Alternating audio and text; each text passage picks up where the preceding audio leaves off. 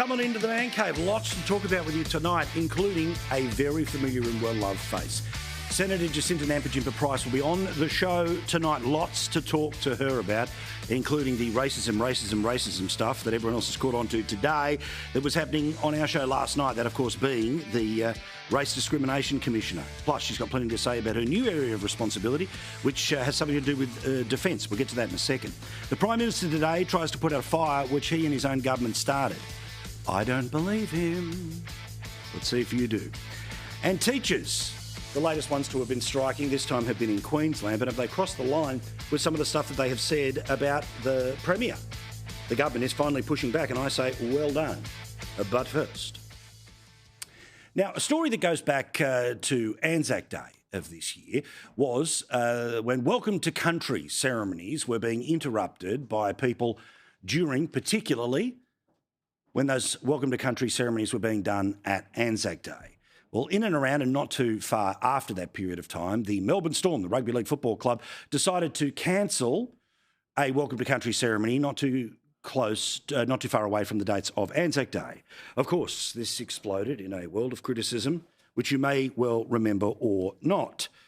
Well, since the Melbourne Storm have apologised and have come back to Welcome to Country, either acknowledgements or Welcome to Countries that are full forced. This weekend is the Indigenous round in rugby league, and tonight they played a video as their Welcome to Country, which meant that obviously they weren't going to expose themselves to any sort of redo of potential controversies. But the woman who has delivered many a Welcome to Country at Melbourne Storm games has had something rather interesting to say. Now, she is at the game tonight because, as I said, it is Indigenous round, but she's decided to have a bit of a whack at the owners of the Melbourne Storm, or one of the part owners of the Melbourne Storm, and a board member. Now, I'm not entirely sure how she gets a say in who owns or who runs the club, but here we go. In a scathing statement, Murphy said that Storm's association with board member and part owner Brett Ralph, who is linked to the controversial lobby group Advance Australia, a driving force behind the No campaign in the Voice to Parliament referendum. Now, put simply, he shouldn't be allowed to own a football team because he's a supporter of Advance Australia? He is to be held responsible for every tweet, everything that is said, or every cause that, in this case, this particular person disagrees with? It goes on. In a statement on Thursday, Murphy said that she could not, in good conscience, participate in official Storm functions or cultural work until cultural respect and safety standards had been set. I carry a deep responsibility to the community and will not compromise my integrity as a proud Aboriginal woman and community elder. Okay. We cannot support an organisation, here we go, that has associations with any group that incites racial vilification and division. So because one of its board members, a part owner of the business, exercises his free speech to support an organisation like Advance Australia, which, yes, run the most effective campaign against the Indigenous Voice to Parliament being recognised in the Constitution, then somehow everyone should go hands off on a very successful sporting franchise? There's a little more here because I want you to hear it all in full. Board members cannot support organisations that create harm to our people. What? Racism is dangerous. It is up to all leaders to act decisively and publicly to denounce racial harm and to protect standards of safety. We want to see commitment across all sporting codes. So how does it work? Now, as we know, the official position of virtually every organisation in the country was yes. The position of one of the part owners and one of, not all, the board of one football club giving their own money as they legally can to Advance Australia is an example of, and I repeat here, what was it? We want to see a commitment across all sporting codes to protect standards of safety. It's up to all leaders to act decisively and publicly denounce racial harm. Now, I'm not entirely sure how this works because it's not as if the only person who was against the Voice vote back in 2023 was one bloke with a financial interest in the Melbourne Storm and donating to Advance Australia. you may recall the majority of Victorians voted no, not by 3 or 4 votes, but by quite a margin. So the problem does not seem to be with an individual person at an individual club of which you will still attend their games. It appears to be the rest of the population for not doing what you wanted to happen. Well, in a democracy, you are free to express whichever view you want. From Hearst to say, I don't want to be associated, to someone who's a part owner of a football club being able to support either a side of politics or an advocacy group in and around politics without their main business being affected. What a bizarre little moment. Let's see whether anyone else notices in the next couple of days. But this one is weird to me. We're okay, great. Free speech means everyone gets their opinion. But democracy means no one has to change the ownership of a sporting organisation based off something like this. We're not talking about personal misconduct. We're not talking about examples of personal misconduct. We are talking about a financial donation to an organisation which is recognised by the Australian Electoral Commission. Now, the Prime Minister today, of course, greatest Prime Minister of all time. Now, yes, of course, there was that big burst of energy when a couple of things were done on the first day of Parliament, but not much has happened since the May election. There's just been the forever victory lap. And, of course, the preparations for the economic reform roundtable, you know, the handpicked one, which will basically give the government the green light to do whatever it's already done. It's a reheat, as I told you last night, of the Jobs Summit a couple of years ago, and it's a reheat of the Kevin Rudd sitting on the floor with the butcher's paper from 2007. Now, there's an old saying, which is you don't start an inquiry unless you know what the outcome is going to be. In the case of this particular roundtable, yes, they've said everyone's welcome, but not everyone is welcome. You still need to be, to some degree, handpicked by the government. We know that the unions have had their positions and plenty of others when it comes to tax. But in many ways, what this forum has done, which is to serve as some sort of a backstop because nothing really has happened since May. Here we are now in August, and put simply, not much has happened since the election. Fine by me, because I don't want many more things to get worse in the country. But as I've explained all week, and I will relentlessly explain for the next week, all of this is really theatre, because they know what they already want to do. And if they didn't know what they already wanted to do, then how the hell did they have any stones to turn around and say, hey, give us 3 more years as the government? And did the Australian people fall for a pup when they turned around and in huge numbers, either by first or second preference, actually backed this mob in with a near record majority? No, what will end up happening is that they will make it seem like all of these ideas on butcher's paper are just great ideas that they had never had before. And because somebody else had the idea, they can't be blamed for it. It's a little bit like every time the pay rises are given to politicians. You can't possibly blame us. It's an independent committee, of which we pick the people to go on the independent committee. But you get my point. Well, many people have been suggesting there should be changes to the tax system. In fact, most of the third day of the 3-day conference is about a better tax system. But the Prime Minister came out today and tried to put out a fire that he and his Treasurer started and have let run for weeks because they have nothing else to do despite being freshly returned to government. Our tax policy, the only tax policy that we're implementing, is the one that we took to the election.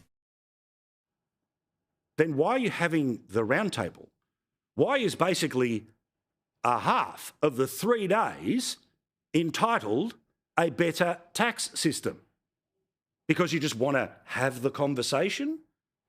Well, you can have that conversation in many different ways, but the idea of everyone flying to Canberra and all the money that will be spent in and around this glorified handing off exercise when it comes to responsibility tells me that not everything is going to meet the eye here. Now, are they talking about an increase in taxes? Well, that may well be unlikely, but will they talk about a reduction in the current system when it comes to taxation that may well benefit you or your family?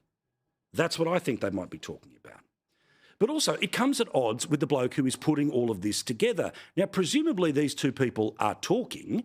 Presumably, these two people are working hand in glove because the snake charmer said this just yesterday about everyone who's got lots of ideas, including changing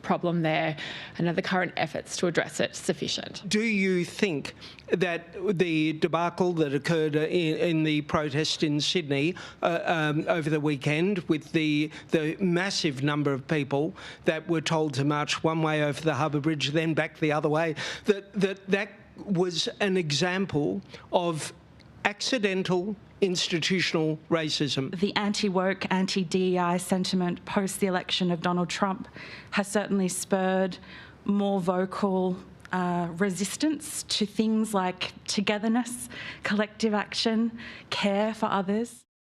Oh, yeah, he really got pushed back on there when it came to the media. But in the same way, there was this obsessive conversation about racism yesterday.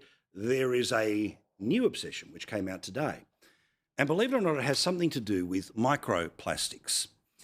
Now, in the 50, 60 years that plastics have been around in the world, there is an awful lot of junk that sits in the sea. And microplastics, of course, are now slowly making their way into our bodies. Why? Because many of the plastics that we've used, from everything from lunch boxes to water bottles and the rest of it, is now starting to move into our bodies. Whether it is ingested through our food or the liquids we drink, or absorbed from the air we breathe, according to the BBC, microplastics have become ubiquitous. They, are, of course, are telling the truth. They have been found in bodily fluids. I'll jump to the next bit. Along with an array of organs, including the liver, kidneys, spleen and brain. There's even microplastics which are now being found in bones. So, big deal, right? And it is a big deal. And it is one of those things that the world does need to do something about. Why? Because pretty obviously, there is no plastic tree. There is pretty obviously no way that animals are supposed to have plastics anywhere near inside them, let alone how pervasive these things happen to be. It's why people have changed a whole bunch of things about their diets and a whole bunch of things about everything from the shampoo they use to the things of which we drink from. Well, here comes the United Nations to save the day. And the United Nations is apparently going to be coming together with some sort of global treaty. Now, I am not speaking in favour of anything the UN comes up with, because we know probably what it'll end up being is the same solution to everything else, which is rich countries must pay poor countries, including developing countries like China. So I'm not all that into all of that. But when this issue was being written about by a hardcore Labor supporter, Van Badham, in the Turnbull Times, she decided to view this through her favourite lens, and that is the gender lens. Patriarchy. Not for the first time. You have seriously let me down. Raised from birth in Western society, I've been passively inculcated with a relentless message that protecting your balls was most important collective priority. Freud insisted that male identity was so rooted in the symbolism of aggressively functioning genitalia that castration anxiety mobilised men into behaviours of dominance, control, and whatever other compensatory masculine unpleasantness Donald Trump got up to this morning. Now, all of this is because, again, one of the places where the human body is starting to show signs of microplastics is, down there. But she continues. This is all gendered, you see.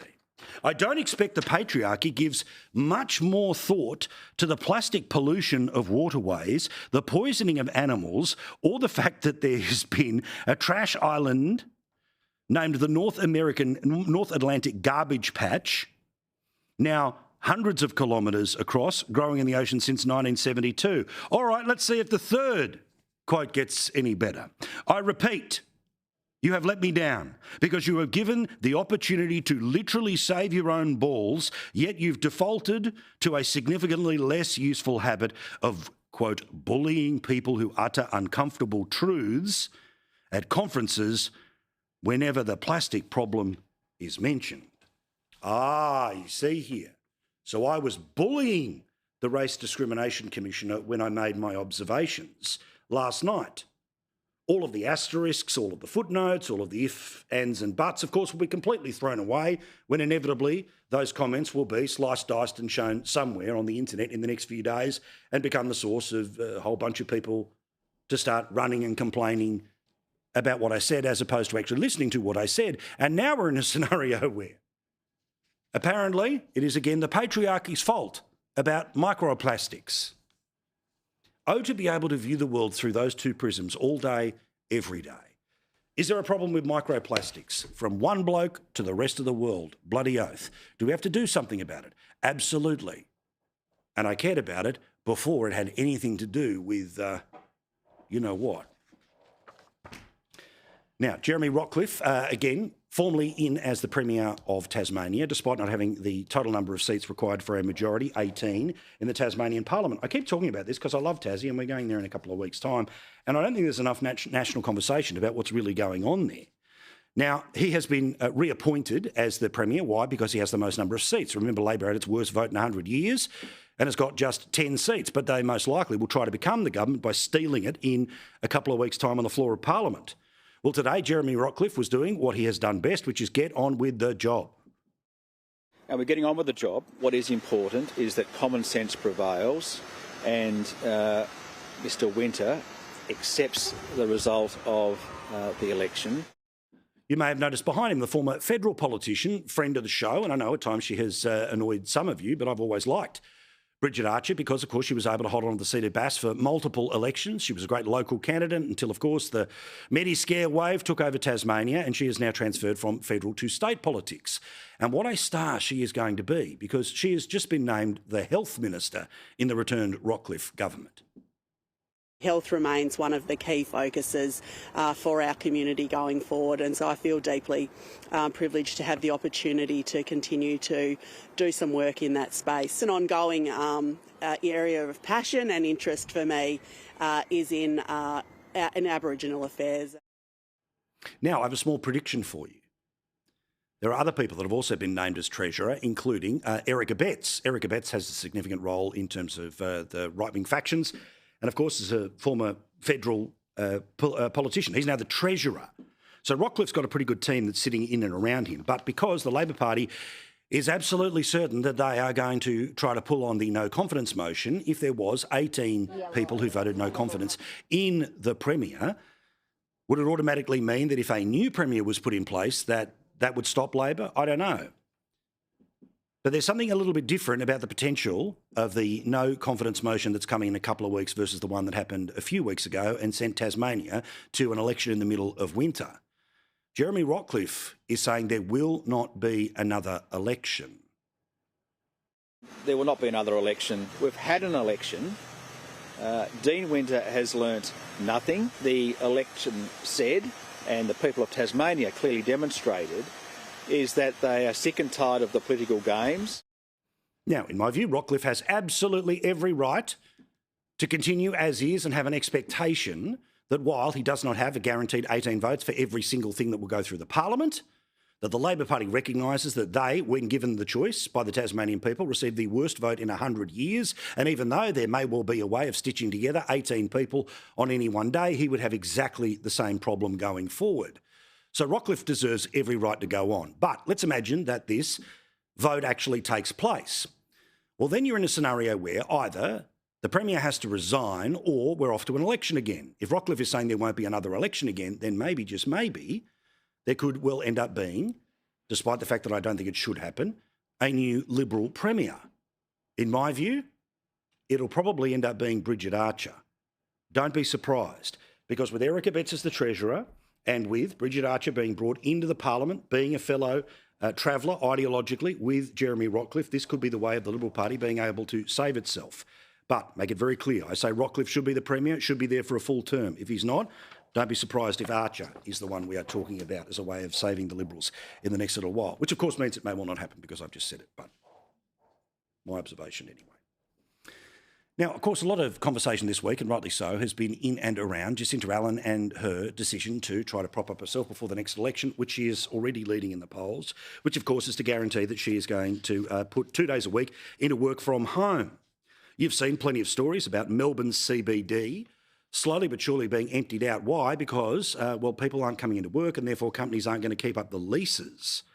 This means there's also a lot of empty shops for the smaller businesses that need the trade in people that are coming into the office. We'll talk about it with Nicholas Rees when he's on the show next week.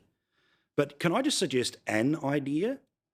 An idea which may make a couple of people just a little bit wincy at the television, but There's an awful lot of people that I know in small business that particularly are just one standalone shop or one standalone restaurant. They're not part of some big multinational company. They're just trying to go in for themselves. Commercial rent is ridiculously expensive in Australia. And I know it's ridiculously expensive in Australia because the person who owns the property needs to pay off the property. So I'm not suggesting that we need to go into rent freezes, or I'm not suggesting that you need to let people who are renting places rent it for $1. But if you want to fill the shops of Sydney, Melbourne or Brisbane, you need to lower the rent. You need to lower the rent and guarantee that it is a small business that is going to go in there. Because if it's successful, it will want to stay there for as long as physically possible.